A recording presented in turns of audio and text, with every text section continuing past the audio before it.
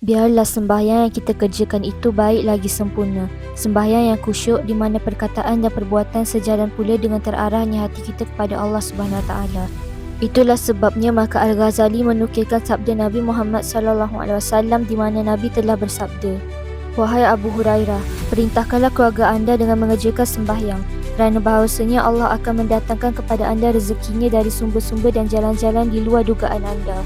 Hadis ini dan hadis-hadis sebelumnya adalah menggambarkan kelebihan sembahyang. Itulah sebabnya maka sebahagian ulama menyamakan antara orang yang sembahyang dengan pedagang. Mereka berkata, orang yang mengerjakan solat adalah umpama saudagar yang tidak memperoleh keuntungan sebelum pokoknya betul-betul bersih dan kembali. Jadi apabila pokok perdagangan tidak rugi sepeser pun, bererti perdagangan itu telah beruntung. Apalagi jika memang untung dan terlihat pula dengan nyata. Alangkah bahagianya orang yang sembahyang di mana zahir dan batinnya turut bersembahyang sama menghadap Allah Subhanahu Wa Taala.